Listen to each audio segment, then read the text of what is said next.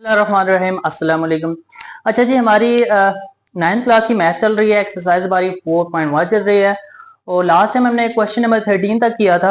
आज इंशाल्लाह हम क्वेश्चन नंबर 14 से आगे कंटिन्यू करेंगे। सो अगेन जी, सबसे पहले मैं क्वेश्चन नंबर 14 रीड करता हूँ, उसके बाद देखते हैं कि क्वेश्चन नंबर 14 में हमने क्या करना है। तो क्वेश्चन नंबर 12 से आगे हमारे पास ऊपर एक स्टेटमेंट मेंशन थी कि क्वेश्चन नंबर 12 से आगे जितने भी क्वेश्चंस हैं उनकी हमने फैक्टराइजेशन करनी थी। ठीक है, सो हमारे पास क्वेश्चन नंबर 14 है -3x⁴ -21x⁴ प्लस 24x² हमने इस क्वेश्चन को फैक्टराइज करना है, यानी इसके फैक्टर्स बनाने हैं।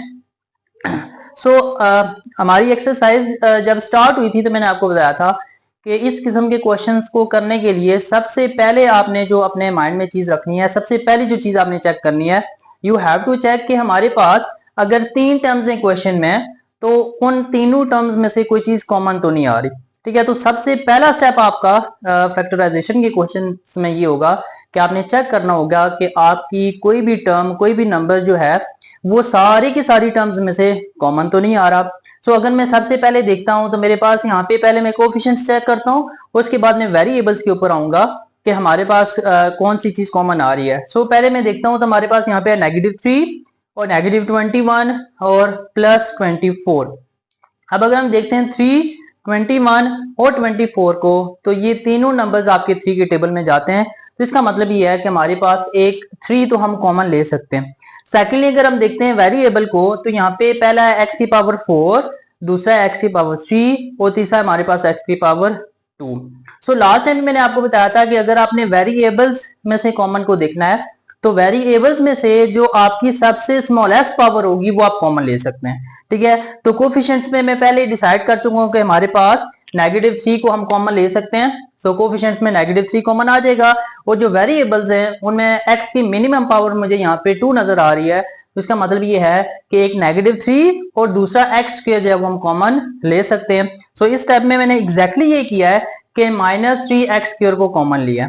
ठीक है, सो अगर मैं पहली टर्म देखता हूं तो -3 और x², -3 कॉमन चला गया तो यहाँ पे इसके साथ कोई कोफिशिएंट नहीं बचेगा और साथ ही साथ आपका x² कॉमन गया है, तो x⁴ में से x² कॉमन चला गया क्योंकि 4 पावर्स थी, 2 पावर्स आपकी कॉमन चली गई हैं और यहाँ पे 2 पावर्स बचेंगी। अब अगली टर्म अगर हम देखते हैं तो यहाँ पे है 21, अगेन -21, क्योंकि हम नेगेटिव को कॉमन लेके जा रहे हैं। तो जब भी आप नेगेटिव को कॉमन लेते हैं तो ब्रैकेट में सारी टर्म्स के सिंबल्स क्या होते हैं, चेंज होते हैं। सो -21 में से 3 कॉमन गया तो 21 में से 3 को कॉमन लेके गए, तो 21 में से कॉमन जा रहा है और कॉमन क्या जा रहा है, 3। तो 21 को 3 से डिवाइड करेंगे तो हमारे पास आएगा 7, तो वो यहाँ पे 7 आ जाएगा क्योंकि नेगेटिव भी कॉमन गया है। तो ऊपर क्वेश्चन में नेगेटिव था तो यहाँ पे नेगेटिव की जगह क्या हो जाएगा, पॉजिटिव। और उसके बाद यहाँ पे x⁴ थी। ठीक है, तो हमारा कॉमन क्या है, x⁴2। तो 3 में से 2 पावर्स आपकी कॉमन चली गई, तो यहाँ पे दरमियान में आपका a की पावर a की x बचेगा। सो बिल्कुल सेम वे के साथ आखिरी टर्म देखते हैं तो हमारे पास है 24x²। ठीक है, सो 24 में से हम कॉमन लेके जा रहे हैं और कॉमन क्या जा रहा है, हमारे पास 3 जा रहा है। सो 24 को 3 से डिवाइड करेंगे तो हमारे पास 8 आएगा, तो वो 8 यहाँ पे हम लिख लेंगे। और सेकेंडली क्योंकि नेगेटिव भी कॉमन गया है तो यहाँ पे पॉजिटिव था, वो पॉजिटिव किस में कन्वर्ट हो जाएगा, negative, because of this minus, क्योंकि हमने नेगेटिव भी कॉमन लिया है। और इसके बाद हमारा x² भी कॉमन गया है, तो यहाँ पे हमारे पास पावर थी 2 थी, यानी सिर्फ x² था, तो वो x² सारा का सारा आपका कॉमन चला गया, तो यहाँ पे आपकी ये चीज बच जाएगी। अब कॉमन लेने के बाद अगर इस ब्रैकेट वाली टर्म को देखता हूं तो यहाँ पे मेरे पास x² + 7x - 8 बच गया। सो पहला स्टेप मैंने आपको बताया था कि यू हैव टू चेक कि हमारे पास कोई कॉमन नहीं आ रहा, कोई अगर कॉमन चीज आ रही है वो कॉमन हमने ले ली। उसके बाद नेक्स्ट स्टेप ये होगा कि अगर आपकी जो बची है टर्म ब्रैकेट में वो हमारे पास अगर क्वाड्रेटिक इक्वेशन है तो आपने पहले चेक करना है कि कोई फॉर्मूला तो नहीं बन रहा। अगर फॉर्मूला बन रहा है तो वेल एंड गुड, हम उसके फॉर्मूले की फॉर्म बनाएंगे और उसको क्लोज कर देंगे। और इन केस अगर फॉर्मूला नहीं बन रहा then we must have to go to the mid term और उसके बाद अपने मिड टर्म ब्रेक करनी है। सो -3x² कॉमन लेने के बाद x² + 7x - 8 बन गया। तो यहाँ पे अगर मैं देखता हूं तो x² के अलावा कोई भी ऐसी टर्म नहीं है जिसका स्क्वायर बन सके। ठीक है, 8 है, 8 भी परफेक्ट स्क्वायर नहीं होता, इसका मतलब स्क्वायर नहीं बना सकते और ये दरमियान वाली टर्म का तो स्क्वायर बन ही नहीं सकता। तो इसका मतलब ये है कि फॉर्मूले की फॉर्म यहाँ पे नहीं बन सकती, तो मुझे मिड टर्म ब्रेक की तरफ जाना होगा। Right, so mid term break में भी लास्ट टाइम भी मैंने डिटेल के साथ आपको ये बात एक्सप्लेन की थी कि अगर आपने मिड टर्म ब्रेक करनी है तो मिड टर्म ब्रेक के लिए आपने जो आपका कांस्टेंट है उस कांस्टेंट को एक्स स्क्वायर के कोफिशिएंट के साथ आपने मल्टीप्लाई करना है। पहला स्टेप मिड टर्म ब्रेक का होता है। सो यहाँ पे हमारे पास कांस्टेंट में 8 है और एक्स स्क्वायर के साथ कोफिशिएंट कुछ भी नहीं है तो मतलब 1। तो मैं वही स्टेप्स यहाँ पे रिपीट करूंगा।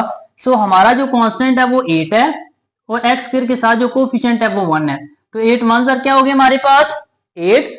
उसके बाद सेकंड टर्म आपका जो सेकंड स्टेप है मिड टर्म ब्रेक का वो ये था कि आपने कोफिशिएंट को आपने कांस्टेंट को एक्स स्क्वायर के कोफिशिएंट के साथ मल्टीप्लाई कर लिया। उसके बाद जो मल्टीप्लाई करने के बाद जो नंबर आएगा उसके आपने फैक्टर्स बनाने हैं। सो यहाँ पे हमारे पास 8 आ गया। 8 के आपने फैक्टर्स बनाने 2 4s are 8, 2 2s are 4 और 2 1s are 2। अब जब फैक्टर आ गए तो इन फैक्टर्स को आपने ऐसे अरेंज करना है कि हमें कोई ऐसा एक पेयर मिल जाए जिसको हम प्लस या माइनस करें तो ये दरमियान वाले टर्म आ जाए। और ये दरमियान वाले टर्म या दरमियान वाला नंबर कौन सा यहाँ पे हमारे पास +7। तो इसका मतलब ये है कि इन फैक्टर्स को हमने ऐसे अरेंज करना है कि हमें जो पेयर मिले वो पेयर हमें +7 दे।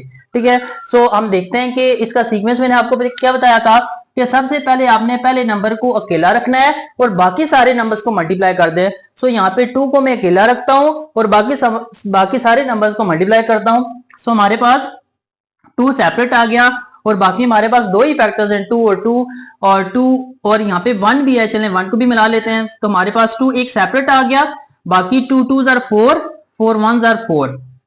ठीक है। तो बाकी तीनों को मिला के मेरे पास 4 आया है। अब इस पेयर को हम चेक करते हैं प्लस या माइनस करके कि क्या हमें जो रिक्वायर्ड नंबर है दरमियान में 7 वो देगा कि नहीं। तो अगर मैं 4 + 2 करता हूं तो 6 आएगा। ठीक है। अगर 4 - 2 करता हूं तो 2 आएगा लेकिन मुझे तो 7 चाहिए। तो इसका मतलब ये है कि ये वाली जो अरेंजमेंट है ये वाला जो मुझे पेयर मिला है ये मुझे मेरी जो मिड टर्म ब्रेक है मेरा जो दरमियान वाला नंबर है वो मुझे नहीं देगा। तो इसका मतलब ये है कि ये पेयर मैं कंसीडर नहीं कर सकता।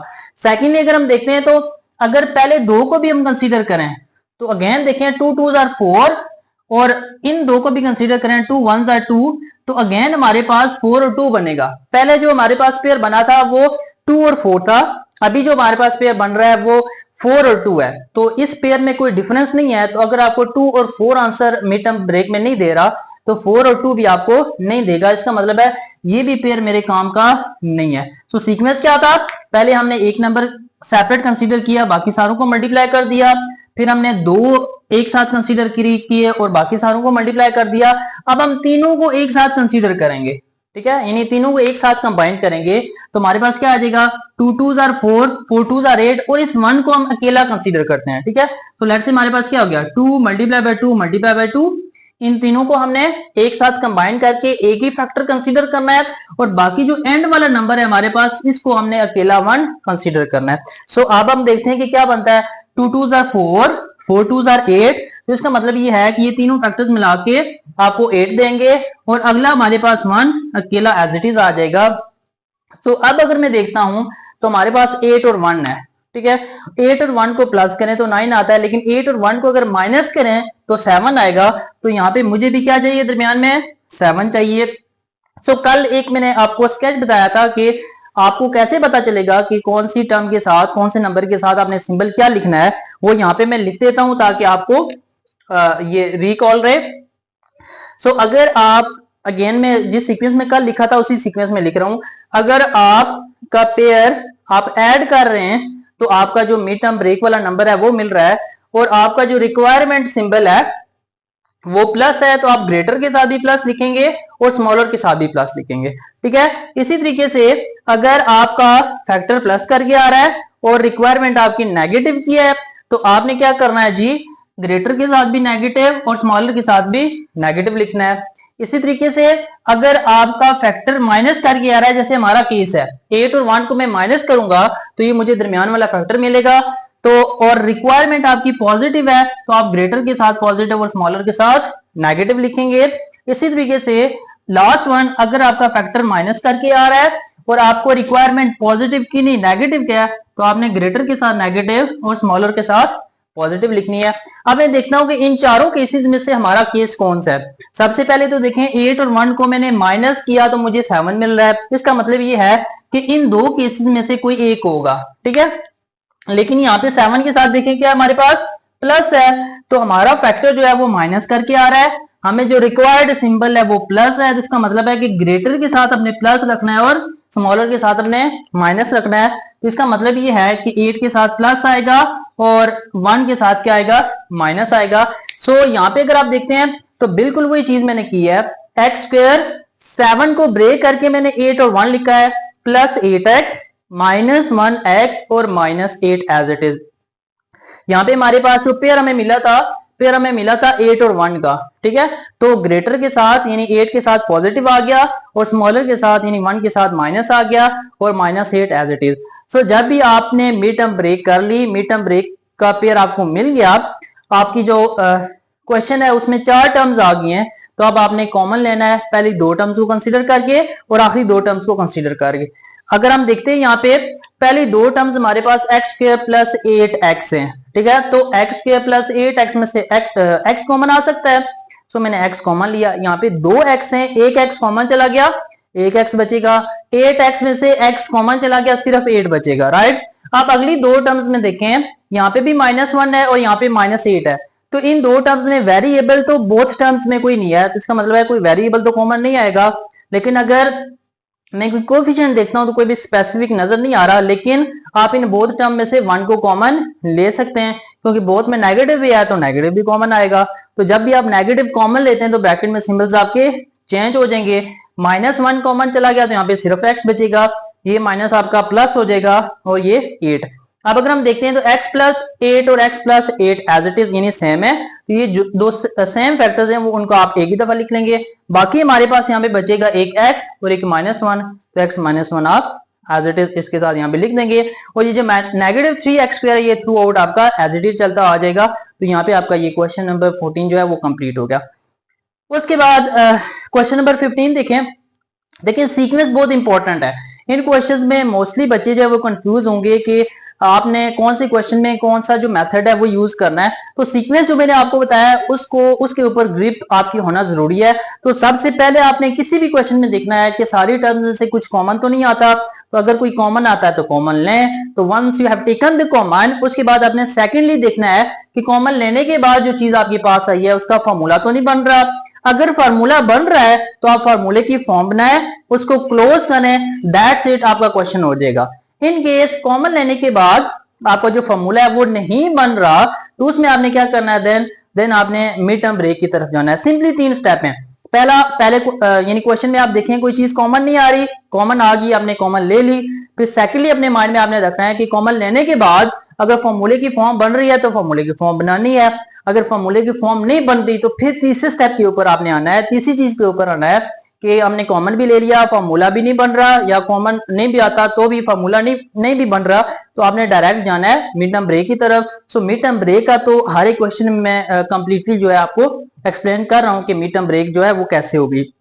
अब जो क्वेश्चन नंबर 15 है, क्वेश्चन नंबर 15 में देखिए हमारे पास x की पावर 8 प्लस x की पावर 4 प्लस 1।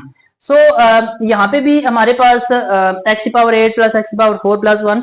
सो पहला स्टेप अगर हम देखते हैं तो पहले स्टेप में मैंने आपको बताया था कि यू हैव टू चेक कि हमारे पास कोई फॉर्मूला यानी कुछ कॉमन तो नहीं आ रहा। तो अगर मैं देखता हूं तो इन तीनों टर्म्स में से कोई भी ऐसी चीज नहीं है जिसको मैं कॉमन ले सकता हूं। Then I have to go to the second step कि कोई फॉर्मूले की फॉर्म तो नहीं बन रही। तो यहाँ पे अगर हम देखें तो x की पावर 8 है, x की पावर 4 है और 1 है। इस तरह का क्वेश्चन हमने पहले भी एक क्वेश्चन किया था। अब तीनों टर्म्स को अगर मैं देखता हूं तो तीनों टर्म्स का स्क्वायर बन रहा है, तीनों टर्म्स का मैं स्क्वायर बना सकता हूं। यानी कैसे स्क्वायर बना सकता हूं, लेट्स से मेरे पास x की पावर 8 है तो उसको मैं लिख सकता हूं x की पावर 4 की पावर 2, ठीक है। सेकेंडली हमारे पास x की पावर 4 है तो उसको मैं x स्क्वायर का स्क्वायर लिख सकता हूं। तीसरा हमारे पास 1 है तो 1 को तो 1 का स्क्वायर लिख सकते हैं, कोई मसला नहीं है। जब भी आप ऐसा हो कि आपका कॉमन नहीं आ रहा लेकिन आप स्क्वायर बना रहे हैं और फॉर्मूला की फॉर्म की तरफ जा रहे हैं और तीनों टर्म्स का स्क्वायर बन रहा है, तो कल भी मैंने आपको बताया था कि जो एक जैसी टर्म्स हैं, जो एक जैसे वेरिएबल्स वाली टर्म्स हैं, उनका स्क्वायर आपने नहीं बनाना। जो वेरिएबल्स वाली टर्म्स है उनमें जो बड़ी पावर वाली टर्म है उसका स्क्वायर बनाना है, और दूसरा आपने एक्स वाली चीज को इग्नोर कर देना है, और दूसरी जो तीसरी चीज जो होगी जिसका स्क्वायर बन रहा है वो आप बनाएंगे, राइट। सो यहाँ पे एक्स की पावर 8 है, तो एक्स की पावर 8 को हमने ब्रेक करके एक्स की पावर 4 की पावर 2 लिख लिया, प्लस अभी मैंने आपको बताया कि सेकंड दूसरा स्क्वायर हम एक्स की पावर 4 तो नहीं कर सकते क्योंकि ऑलरेडी हम एक्स की पावर 8 बना चुके हैं, तो इसको फिलहाल के लिए for the time being ignore करें, फिर हम देखते हैं कि आगे इसके साथ हमने क्या करना है। उसके बाद सेकंड नंबर है हमारे पास 1, तो 1 को हम 1 का स्क्वायर लिख सकते हैं। तो आप देखिए हमारे पास यहाँ पे दो टर्म्स ऐसी हैं जिनका स्क्वायर बन गया है, ठीक है, एक्स की पावर 4 का स्क्वायर प्लस 1 का स्क्वायर। तो जब ए स्क्वायर प्लस बी स्क्वायर आपको मिल जाता है तो उसके बाद आप इजीली फॉर्मूला की फॉर्म बना सकते हैं। जो भी आपकी 2 वाली टर्म मिसिंग है वो आप खुद से ऐड भी करें और सब्ट्रैक्ट भी करें। तो मैंने क्या किया जी, प्लस टू ए की जगह यहाँ पे हमारे पास स्क्वायर के अंदर जो भी टर्म है ये ए की जगह आएगी, तो स्क्वायर के अंदर हमारे पास टर्म है एक्स की पावर 4, सो ए की जगह हमारे पास आ गई एक्स की पावर 4। सेकेंडली और जो यहाँ पे सेकंड टर्म कौन सी आएगी, जो दूसरा नंबर जिसका स्क्वायर है, तो दूसरा नंबर कौन सा जिसका नंबर जिसके ऊपर स्क्वायर है, तो वो हमारे पास 1 है। तो ये हमने खुद से प्लस 2 ए की जगह एक्स की पावर 4 और बी की जगह हमने 1 लिख लिया। तो याद रखें किसी भी क्वेश्चन में जब आप कोई भी चीज खुद से करते हैं, खुद से ऐड करते हैं, तो अगर आप खुद से ऐड कर रहे हैं तो बिल्कुल सेम चीज आपने सब्ट्रैक्ट भी करनी है। तो जो चीज मैंने ऐड की थी वो मैंने सब्ट्रैक्ट भी कर दी, लेकिन हमारे क्वेश्चन में एक्स की पावर 4 भी था। अभी तक हमने एक्स की पावर 4 को नहीं लिखा, लेकिन इसको आपने मिस नहीं करना, इसको आपने फिर एंड पे ले जाना है। तो एक्स की पावर 4 को मैं एंड के ऊपर ले गया हूं। अब अगर आप देखते हैं थोड़ा सा, तो हमारे पास पहली 3 टर्म जो हैं वो आपको फॉर्मूला देंगी, फॉर्मूले की जो लेफ्ट साइड है वो बन जाएगी। अगर मैं यहां तक देखता हूं, इसको मैं जरा बॉक्स में बंद कर देता हूं, यहां तक हमारे पास a प्लस बी का होल स्क्वायर फॉर्मूला बन जाएगा, उसको क्लोज करते हैं। a की जगह हमारे पास x की पावर 4 और b की जगह हमारे पास 1 आ जाएगा, तो हमारे पास a square plus B square plus 2ab close होके a प्लस बी का होल स्क्वायर। अगेन यहाँ पे a की जगह x की पावर 4 और b की जगह हमारे पास 1 आ जाएगा, x की पावर 4 प्लस 1 का होल स्क्वायर। आगे वाली जो दो टर्म्स है इनको थोड़ा सा सिंप्लीफाई करके आपने जस्ट लिख देना है। सो यहाँ पे हमारे पास 2 1s आर 2 आ गया और x की पावर 4 आ गया, और एंड वाला जो प्लस x की पावर 4 था वो एज इट इज आ गया। अब ये वाली चीज तो हमारी फॉर्मूले की फॉर्म में बन गई है, माइनस अब अगर इन दो टर्म्स को देखते हैं आप, -2 और +1, अगर मैं यहाँ पे देखता हूं, देखिए x की पावर 4 और x की पावर 4 लाइक टर्म्स हैं, तो लाइक टर्म्स को आप ऐड या सब्ट्रैक्ट कर सकते हैं। सो +1 और -2 अगर हम करते हैं तो हमारे पास प्लस माइनस -2 में से 1 गया तो 1 आ जाएगा, सिंबल बड़ी वैल्यू का। सो यहाँ पे हमारे पास क्या आ जाएगा जी, प्लस -2 में से 1 गया तो हमारे पास 1 आ जाएगा। 1 एक्स की पावर 4, 1 यहाँ पे लिखें या ना लिखें। तो अब अगेन यहाँ पे आप गौर से अगर आप देखेंगे तो अगेन यहाँ पे हमारे पास आपका mind A square minus B square वाले फॉर्मूला की तरफ जाएगा। तो यहाँ पे A square minus B square हम बना सकते हैं, एक्स की पावर 4 को हम एक्स की पावर 2 की पावर 2 लिख सकते हैं। तो अगेन मैंने वो फॉर्म बनाने के लिए ये वाली चीज एज इट इज रही, तो एक्स की पावर 4 को एक्स स्क्वायर का स्क्वायर लिख लिया। तो यहाँ पे A square minus B square क्या हो जाएगा जी, ए plus B into A minus B. यहाँ पे मैंने फॉर्मूला लिखा हुआ है हमारी थर्ड आइडेंटिटी। सो ए की जगह एक्स, यानी पहली टर्म जिसके ऊपर स्क्वायर है वो ए होगा, तो पहली कौन सी टर्म है जिसके ऊपर स्क्वायर है, एक्स की पावर 4 प्लस 1, यानी ये वाली चीज हमने एज अ ए कंसीडर करनी है, और सेकंड टर्म जिसके ऊपर स्क्वायर है वो हमारे पास बी होगा। तो this is actually the value of B. तो A square minus B square is equal to A plus B into A minus B. A is X square plus 1 और B is X square. Again A is X की power 4 plus 1 और B is X square minus 1। तो simply आपने जो third identity थी उसकी left side दी हुई थी उसको आपने राइट साइड में कन्वर्ट कर दिया। अच्छा जी, हमारे पास नेक्स्ट जो क्वेश्चन है क्वेश्चन नंबर 16। अगेन मैं बार बार रिपीट कर रहा हूं कि क्वेश्चंस को सॉल्व करने का जो सीक्वेंस होगा वो आपने सबसे पहले देखना है कि आपके क्वेश्चन में कोई चीज कॉमन तो नहीं आ रही, ठीक है। तो अगेन वही चीज मैं फॉलो करूंगा। तो अगर मैं क्वेश्चन नंबर 16 में देखता हूं तो 4x की पावर 4 प्लस 256 y की पावर 4, तो इन दो टर्म्स में अगर मैं देखता हूं तो 256 एक्चुअली 4 के टेबल में आता है, ठीक है। तो अगर मैं पहली चीज देखता हूं तो जो हमारा पहला स्टेप है वो यहाँ पे हम कर सकते हैं कि बोथ टर्म में से हम 4 को कॉमन लेते हैं, तो 4 में से 4 कॉमन गया तो यहाँ पे x की पावर 4 बचेगा। अब 256 में से 4 कॉमन जा रहा है, ठीक है। जिस चीज में से कॉमन लेके जाते हैं वो चीज से डिवाइड करेंगे जो चीज कॉमन जा रही है, कॉमन क्या जा रहा है 4, किस में से जा रहा है 256 से, तो 256 को 4 से डिवाइड करेंगे आपको मिलेगा 64, वो 64 यहाँ पे लिख लें और साथ ही साथ हमारे पास y की पावर 4 आ जाएगी। सो हमारा जो पहला स्टेप था कि कॉमन लेने वाला वो हमारा हो गया। उसके बाद अगर मैं देखता हूँ यहाँ पे ब्रैकेट में मेरे पास सिर्फ और सिर्फ 2 टर्म्स है, ठीक है, और इन बोथ टर्म्स का स्क्वायर बन सकता है। 4 हमारा कॉमन आ गया, x की पावर 4 को अगर मैं देखता हूँ तो उसको हम लिख सकते हैं x स्क्वायर का स्क्वायर। इसके बाद सेकेंडली अगर मैं देखता हूँ जी यहाँ पे तो हमारे पास 64 y की पावर 4 है, तो 64 भी हमारे पास कंप्लीट स्क्वायर है तो उसको हम 8 का स्क्वायर लिख सकते हैं, और y की पावर 4 को तो हम y स्क्वायर का स्क्वायर लिख सकते हैं। तो पहला काम जो यहाँ पे किया है x की पावर 4 की जगह x स्क्वायर का स्क्वायर प्लस 64 की जगह हमने 8 यानी 64 की जगह 8 का स्क्वायर हो सकता है, और y की पावर 4 को हमने क्या किया जी y स्क्वायर का स्क्वायर। तो पहला यहाँ पे तो हमारा सिंपली जो भी 2 टर्म्स थी उनका जो होल स्क्वायर बन रहा था वो हमने बना लिया। अब फॉर्मूला कंप्लीट करने के लिए इन 2 चीजों को माइंड में रखते हुए हम खुद से एडिशन और सब्ट्रैक्शन करेंगे। So A square plus B square, अब फॉर्मूला को माइंड में रखना है, A square plus B square plus 2ab होता है, so A square plus B square. लेकिन सेम टाइम में आपने ये भी देखना है कि हमारे पास यहाँ पे ए और बी की वैल्यूज कौन सी हैं। तो जो पहली टर्म जिसके ऊपर स्क्वायर है वो a है, तो यहाँ पे a जो है वो x स्क्वायर है, और जो दूसरी टर्म जिसके ऊपर स्क्वायर है वो हमारे पास यहाँ पे b की वैल्यू होगी, तो यहाँ पे a की वैल्यू x स्क्वायर और b की वैल्यू हमारे पास 8y स्क्वायर।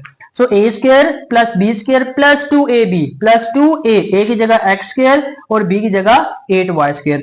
सो ये चीज जो मैंने खुद से ऐड किया है वही चीज आपको माइनस भी करनी होगी। सो जो चीज मैंने खुद से ऐड किया वही चीज मैं क्या कर दूंगा माइनस भी कर दूंगा। उसके बाद अगर आप पहले 3 टर्म्स को देखते हैं तो ये हमारे पास जिस मकसद के लिए एडिशन और सब्ट्रैक्शन की थी वो मकसद यहाँ पे हमारा कंप्लीट हो गया है। यहाँ पे अगर हम देखते हैं तो हमारा जो a प्लस बी का होल स्क्वायर की फॉर्मूला है उसकी जो फॉर्म है वो हमारे पास बन गई, तो उसको हम क्लोज करते हैं, a square plus B square plus 2ab को हम क्या कर सकते हैं a प्लस बी का होल स्क्वायर, a की जगह x स्क्वायर और b की जगह हमारे पास 8y स्क्वायर। और अगली वाली जो टर्म है उसको थोड़ा सा सिंप्लीफाई करके लिख लेते हैं, तो 2 8s आर 16 और x स्क्वायर और y square as it is.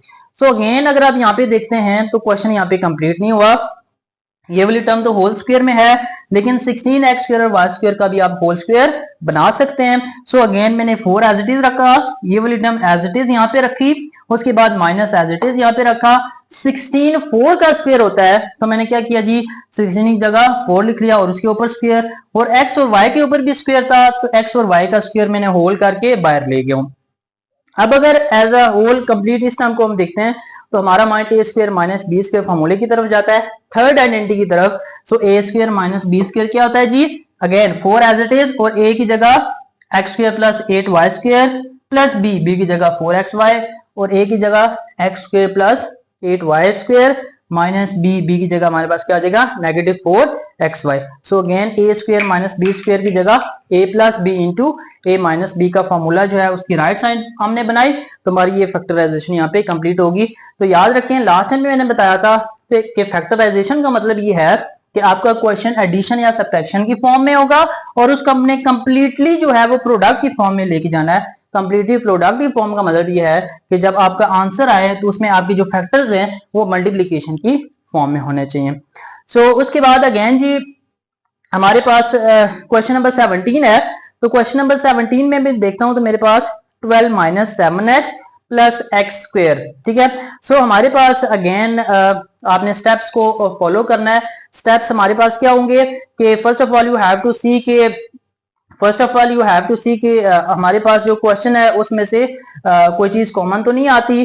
तो अगर हम देखते हैं तो यहाँ पे 12 minus 7x plus X square, तो तीनों टर्म में से कोई भी ऐसी टर्म नहीं है जो हमारे पास कॉमन आए, तो जाहिर सी बात है पहला स्टेप तो हमारा कॉमन नहीं होगा।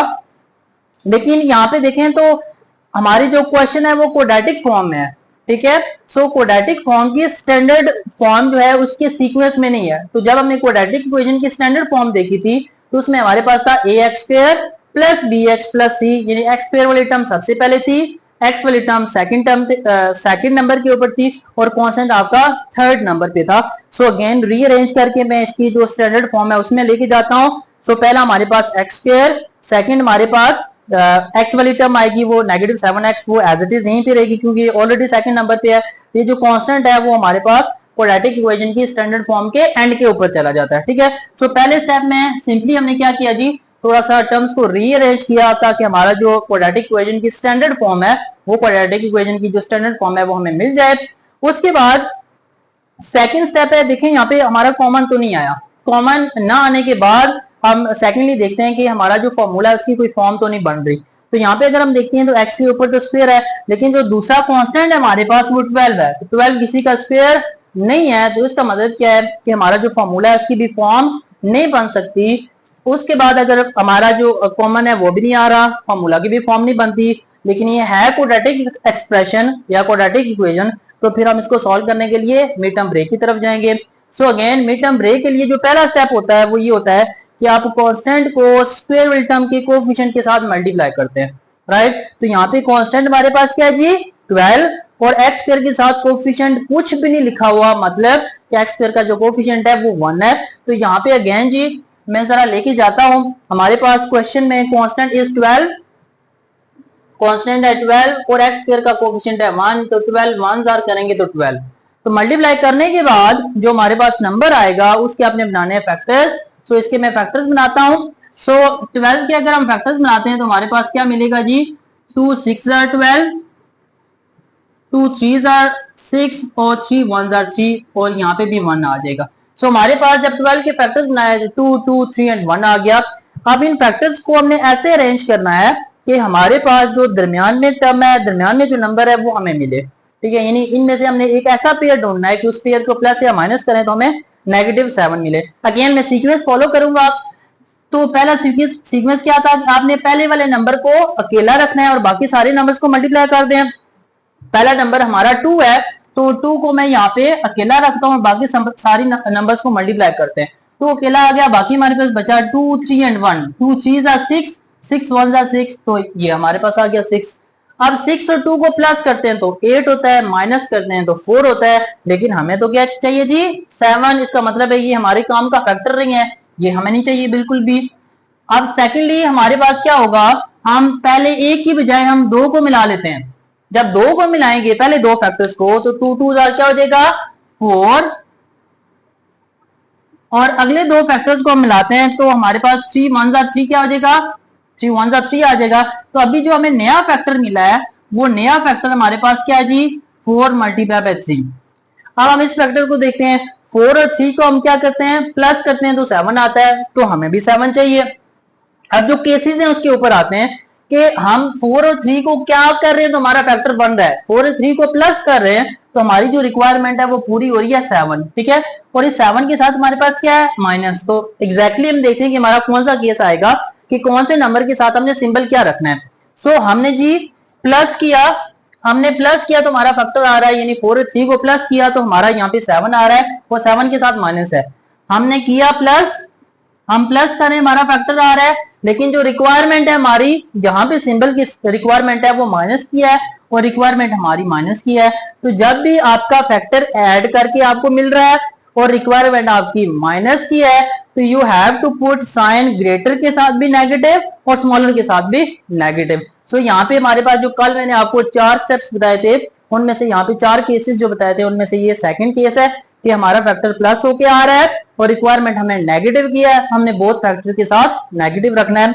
सो बिल्कुल वही सेम चीज मैंने यहाँ पे की, X square as it is, -7 की जगह -4x और -3x आ गया और +12 यहाँ पे आ गया एज इट इज। जब आपकी मिड टर्म ब्रेक होगी तो उसके बाद आपने जाहिर सी बात है 4 टर्म्स आपके पास आएंगी, तो पहली 2 टर्म में से और अगली 2 टर्म में से आपने कॉमन देखना है। सो पहली 2 टर्म्स को अगर हम देखते हैं तो x स्क्वायर -4x, इसमें से x को कॉमन ले सकते हैं, x स्क्वायर में से x कॉमन गया तो x बचेगा, -4x में से x कॉमन चला गया तो 4 बचेगा। अगली 2 टर्म्स में हम देखते हैं तो हमारे पास -3x + 12 में से 3 को कॉमन ले सकते हैं, तो -3 कॉमन लिया तो x, क्योंकि नेगेटिव भी कॉमन गया, ये प्लस आपका माइनस हो जाएगा। तो 12 में से 3 को कॉमन लेके जाएंगे तो 4 हो जाएगा। 12 में से कॉमन जा रहा है और कॉमन क्या जा रहा है 3, तो 12 डिवाइड बाय 3 करेंगे तो 4 वो यहाँ पे आ जाएगा। अब दरमियान वाले फैक्टर्स हम देखते हैं तो x - 4 और x - 4 सेम है, तो जो सेम फैक्टर होता है उसको एज इट इज एक ही दफा लिखेंगे और बाकी x - 3 बचेगा वो भी आपने यहाँ पे लिख देना है। अच्छा जी, उसके बाद हमारा लास्ट क्वेश्चन है जी, क्वेश्चन नंबर 18। अगेन वही स्टेप्स में बार बार रिपीट कर रहा हूँ हर क्वेश्चन में ताकि इन स्टेप्स के ऊपर आपकी जो ग्रिप है वो स्ट्रॉन्ग हो जाएगी। और क्योंकि आपको पता है कि एसएलओ बेस्ड हम आपके जो एग्जाम्स है वो होंगे, तो जब आपके स्टेप्स आपके माइंड में होंगे तो आप इजीली किसी भी किस्म का क्वेश्चन आएगा तो आप उसको कर लेंगे।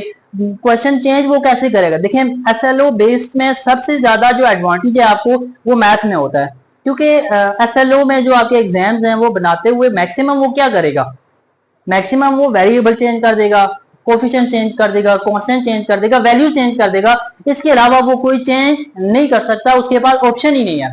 ठीक है, तो अगर आपका फोकस कॉन्सेप्ट के ऊपर है, आपने स्टेप्स अपने माइंड में रखे हुए हैं, आपकी जो प्रैक्टिस है वो परफेक्ट है, तो आप इजीली चीजों को, क्वेश्चन कोई भी आता है आप कर लेंगे। तो इसलिए मैं स्टेप्स को बार बार हर क्वेश्चन में रिपीट कर रहा हूँ। सो अगेन क्वेश्चन नंबर 18 में पहला स्टेप हमने वही देखना है कि हमारे पास कोई नंबर जो है वो कॉमन तो नहीं आ रहा। तो question number 18 x square minus 9x plus 8, तो कोई भी ऐसा नंबर मुझे नजर नहीं आ रहा जो तीनों टर्म्स में से हम कॉमन ले सकते हैं, तो कॉमन नहीं आ रहा। सेकंड स्टेप को देखते हैं कि क्या इस क्वेश्चन को हम फॉर्मूले की फॉर्म दे सकते हैं। तो अगेन एक्स के ऊपर तो स्क्वायर है, लेकिन सेकंड नंबर जो है वो हमारा 8 है, तो 8 भी किसी का परफेक्ट स्क्वायर नहीं है, इसका मतलब है कि हमारा फॉर्मूले की भी फॉर्म नहीं बनेगी। अब हम थर्ड स्टेप के ऊपर जाएंगे कि क्वाड्रेटिक इक्वेशन है, क्वाड्रेटिक एक्सप्रेशन है, तो हम मिड टर्म ब्रेक इसकी कर सकते हैं। तो मिड टर्म ब्रेक के लिए भी स्टेप्स आपके माइंड में आपको पता है। तो मिड टर्म ब्रेक के लिए पहला काम क्या होगा, आपने कांस्टेंट को स्क्वायर के कोफिशिएंट के साथ मल्टीप्लाई करना है जी। तो कांस्टेंट हियर इज 8 और एक्स स्क्वायर के साथ कोफिशिएंट कुछ भी नहीं यानी 1 है, तो हम क्या करते हैं, अगेन यहाँ पे बने हुए हैं पिछले क्वेश्चन की तरह, तो कोफिशिएंट हमारा कांस्टेंट 8 है और कोफिशिएंट एक्स स्क्वायर का 1 है, तो 8 1 आर 8, हमने इसके फैक्टर्स बना दिए। फैक्टर्स बनाने के बाद आप देखें हमें ऐसा पेयर चाहिए कि वो पेयर हमें नेगेटिव 9 दे। ठीक है, तो अगेन मैं सीक्वेंस बार बार रिपीट कर रहा हूं ताकि परफेक्शन हो जाए जी। तो अगेन हमारे पास जो सीक्वेंस है वो सीक्वेंस वही होगा कि पहले आपने क्या करना है, पहले आपने पहला फैक्टर अकेला रखना है, पहला नंबर अकेला रखना है। तो मैंने पहले 2 को अकेला रखा और बाकी सारे नंबर्स को मल्टीप्लाई करके तो हम एक फैक्टर बनाएंगे। तो बाकी 2, पहले 2 को छोड़ के बाकी हमारे पास 1 2 दो 2s है और एक 1 है, 2 2s आर 4 4 1s आर 4, ये हमारे पास 2 और 4 आ गया। 2 और 4 को प्लस करते हैं 6 माइनस करते हैं 2, लेकिन हमें तो 9 चाहिए, हमारा काम नहीं होगा। अब अगेन अगर मैं पहले 2 2s को मिलाता हूं और आखिरी 2 और 1 को रखता हूं, तो यहाँ पे भी 2 2s आर 4 और 2 1s आर 2, तो अगेन वही चीज बनेगी। पहले 2 और 4 बना था, अब 4 और 2 बनेगा, तो इसका मतलब है कि अगर 2 और 4 मुझे रिक्वायर्ड नंबर नहीं दे सकता, तो 4 और 2 भी मुझे रिक्वायर्ड नंबर नहीं देगा। तो जब एक को मिला के तब भी नहीं बन रहा, 2 को मिला के तब भी नहीं बन रहा। अब हम पहले 3 फैक्टर्स को मिलाएंगे और आखिरी वाला फैक्टर अकेला रखते हैं। सो हमारे पहले 3 फैक्टर्स कौन से जी, एक 2 और एक 2, ये तीनों फैक्टर्स मिला लेते हैं। 2 2s आर 4 4 2s आर 8 और जो अगला नंबर फैक्टर है हमारे पास 1, वो अकेला रहेगा। तो अब 8 और 1 को अगर मैं देखता हूं, 8 और 1 को प्लस करेंगे तो 9 आएगा, तो इसका मतलब ये है कि मुझे जो रिक्वायर्ड पेयर था वो मिल गया। ठीक है, अब अगेन इन चारों केसेस में देखते हैं कि हमारा केस कौन सा बनता है। देखिए हमने क्या किया जी, 8 और 1 को प्लस करें तो बन रहा 9, इसका मतलब है कि इन पहले दो केसेस में से कोई एक केस मैंने कंसीडर करना है, लेकिन मुझे यहाँ पे सिंबल क्या चाहिए, नेगेटिव। सो हमारा फैक्टर प्लस होके आ रहा है और रिक्वायरमेंट हमें नेगेटिव साइन किया है, तो we have to put negative with both factors. ठीक है, तो ग्रेटर के साथ भी नेगेटिव आएगा, स्मॉलर के साथ भी नेगेटिव। यहाँ पे हमारे पास x के एज इट इज नेगेटिव 9 की जगह नेगेटिव 8x, क्योंकि बड़ा फैक्टर है इसके साथ भी नेगेटिव, और सेकंड फैक्टर है जी 1, तो 1x इसके साथ भी नेगेटिव आएगा प्लस 8। अगेन जब भी आप मिड टर्म ब्रेक कर लेंगे आपके पास 4 नंबर्स आएंगे, 4 टर्म्स आएंगी, उन 4 में से पहली 2 में से और अगली 2 में से कॉमन लेंगे। पहली 2 में से x कॉमन आया है तो x स्क्वायर में से x कॉमन गया, x बचेगा, 8 में से x कॉमन गया तो 8 बचेगा। इन दो टर्म्स में से -1 कॉमन लेंगे, -1 कॉमन आएगा तो x, माइनस कॉमन चला गया तो यहाँ पे माइनस बचेगा और 8 एज इट इज। अब यहाँ पे अगर हम देखते हैं तो x -8 और x -8 एक ही दफा है, इसको आप एक ही दफा लिखना है और बाकी हमारे पास x -1 बचेगा, तो इसको भी यहाँ पे लिखना है। तो यहाँ पे आपका जो क्वेश्चन नंबर 18 है वो भी कंप्लीट हो गया।